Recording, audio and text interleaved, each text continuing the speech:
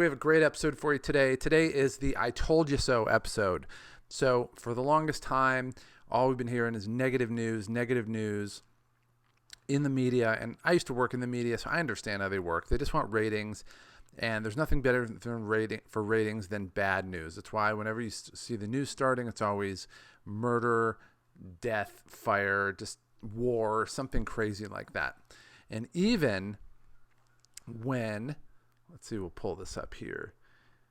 Even when I look at CNN, we've had a pretty good day. I mean, if you've been following what I've been doing, we've had a halfway decent week this week. And of course, what do they end with? Stocks hit dour. I mean, who uses the word dour? Dour milestone, the fourth straight week of losses. But that is really missing the point, and it's the whole idea of the media kind of being deceptive for their own ratings gain. So what I've been telling you guys is that all the metrics are looking good. Schools are opening. Football's playing. The Big Ten started after they said they wouldn't, and the Pac-10 followed right after they said they wouldn't. And then the Mountain West said they were going to play after they said they wouldn't. And now even the MAC, which are like the small little mid-major schools in the Midwest, are starting to play even though they said they wouldn't. Stores are opening up. All kinds of stuff is happening that's positive. The coronavirus percentages are going down. I mean, there's places where the numbers are just so low. If you had asked for these numbers back in April, people would have killed for them. So one of the things that I saw today as I was going through the news, well, first of all, the stock market went up 1% today, which is really good. But our portfolio always crushes the stock market. So the Dow was up a little over 1%. We were up over 3%. So the big question is, are things going to get worse? Are there going to be other shutdowns? Kind of what is going to happen in the future? Because the big thing, I guess, the market has this worry about is, are things going to go back to the lockdowns and then everybody's going to get crushed? And are we going to have our money crushed in that market? So let's take a look at something.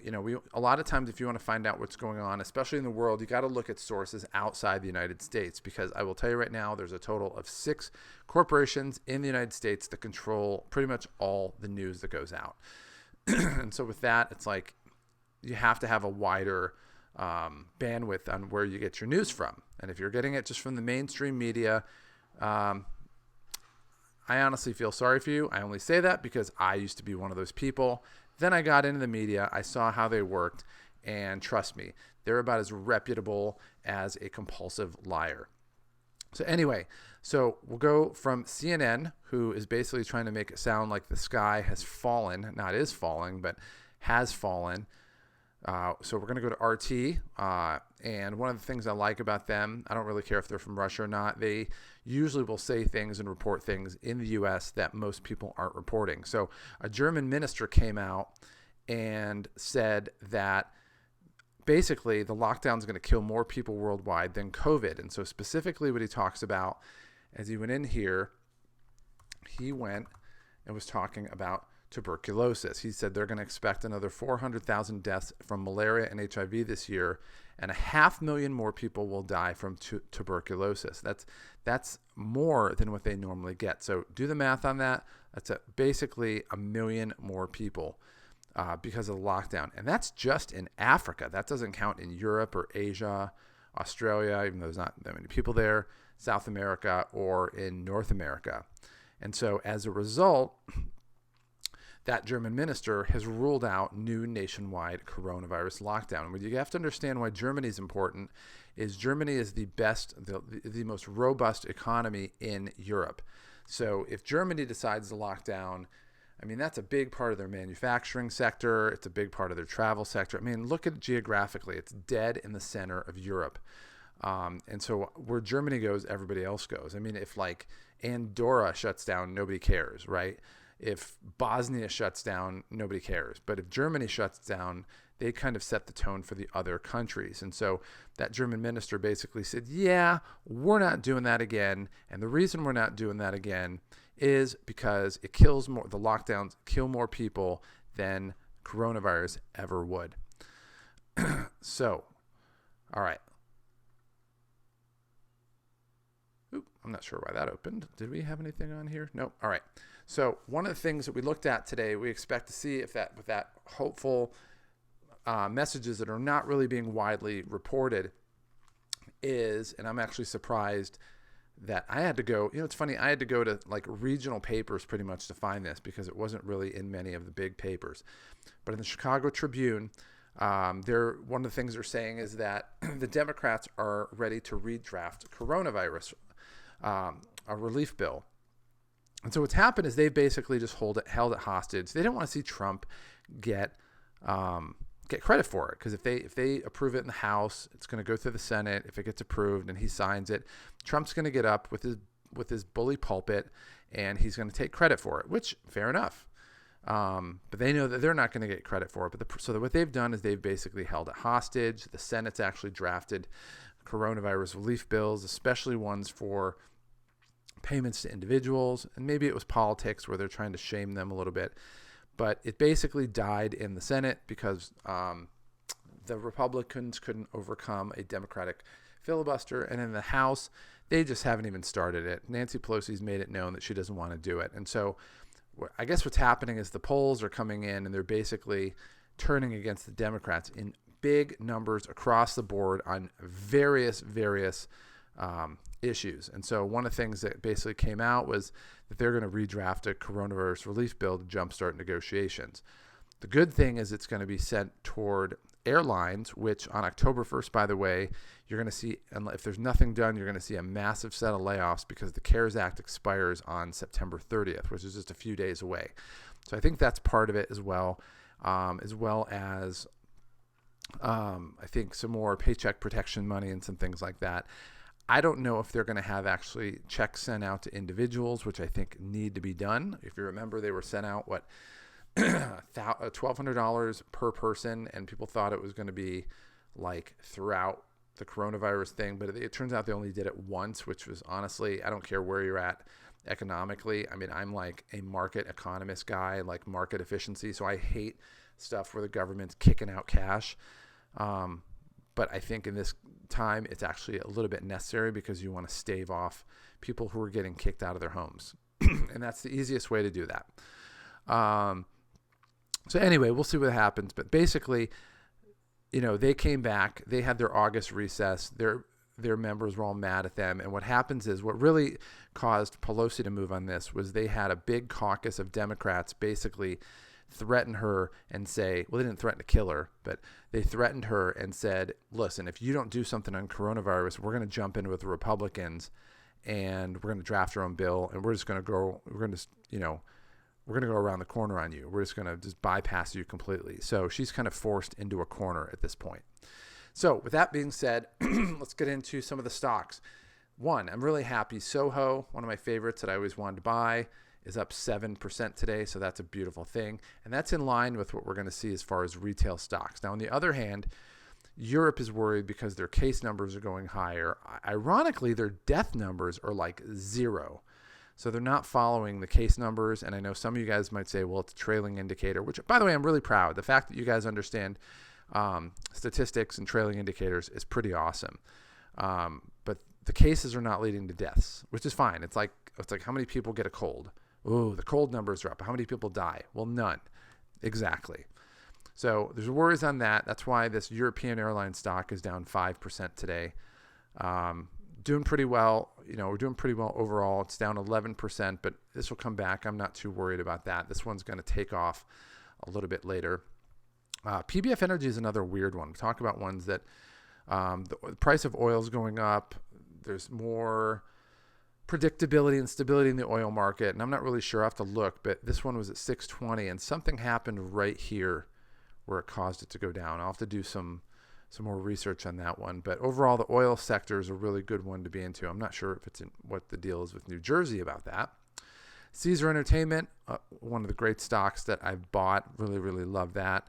That one is up an 8.5% basically today. DraftKings, which is going to be another serious winner. I mean, just buy this wherever, because it's going to go up for a long time.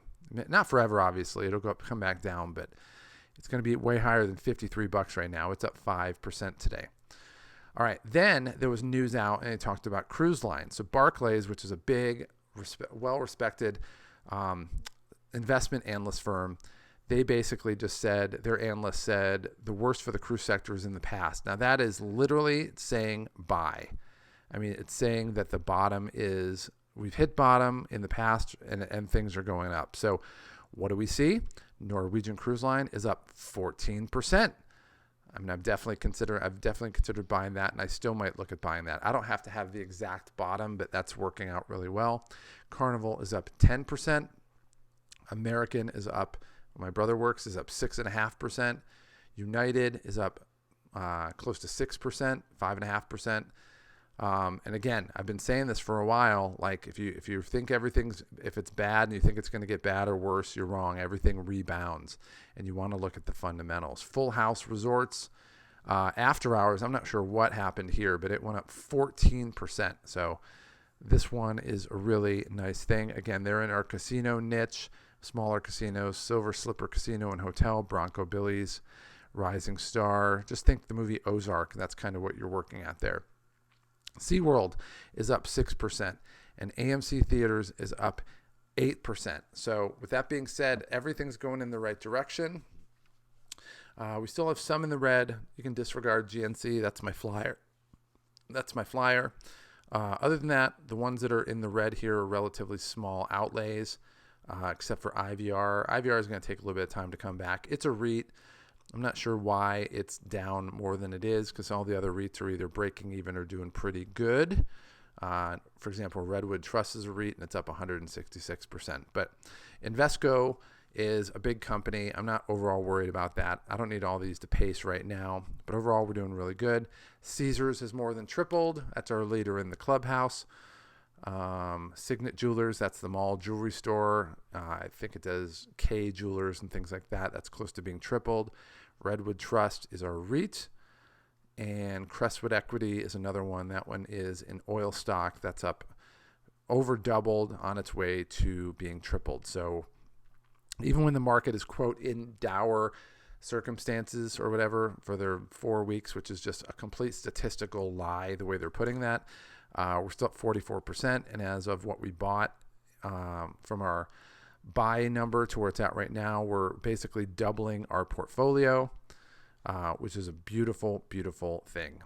As far as limit orders, we still have some limit sells here. I'm going to take a look at Norwegian. We'll put that here because I might buy that later today. Cinemark is a movie one we're going to look at. Helix is an oil stock, and Service is an entertainment company. So we're going to take a look at that as well. So don't believe the hype on what's going on in the media. All the fundamentals are coming out. The politicians are starting to come out and, kind of admit that, things are better than they used to be. You look at Nashville, where they were shutting down bars and restaurants, and then they found out that the mayor is basically hiding that nobody was getting sick in bars and restaurants. So he's in trouble. He's not gonna last for long. Things are doing good. This is the time to buy. If you're not buying, if you haven't bought yet, go out and buy. Get off your butt and buy. Get the Robinhood app. In the video description, there's a link where you can get a free stock by clicking on that link and signing up for an account. And then also you can actually download this spreadsheet, take a look at it, use it for yourself, make it better, tell people that it's yours. You can lie about it. I don't care. There's a link in the video description about that as well. With that being said, have a good weekend. Miami is playing Florida State this weekend. I have a feeling that we are going to crush them. I just texted my brother who used to play for Florida State, and I have a feeling that he's not going to respond to me after tomorrow afternoon. So with that being said, see you tomorrow. Get some of these stocks, get involved, make some money. You'll never have a better time to make money in your life. To get more information on the sales cheat code, go ahead and click on the subscribe button below. Also, down below in the video description, down there, there's a link that takes you to our website that gives you additional content, some additional freebies that we have, and gives you information on some programs that we have that have been proven to help people to make sales easy so that you can make the kind of money you want, live the lifestyle that you've always wanted, and not have to struggle in the process. And what might be the coolest thing of all is you don't have to put much effort into it. It truly is a cheat code that most people don't know about.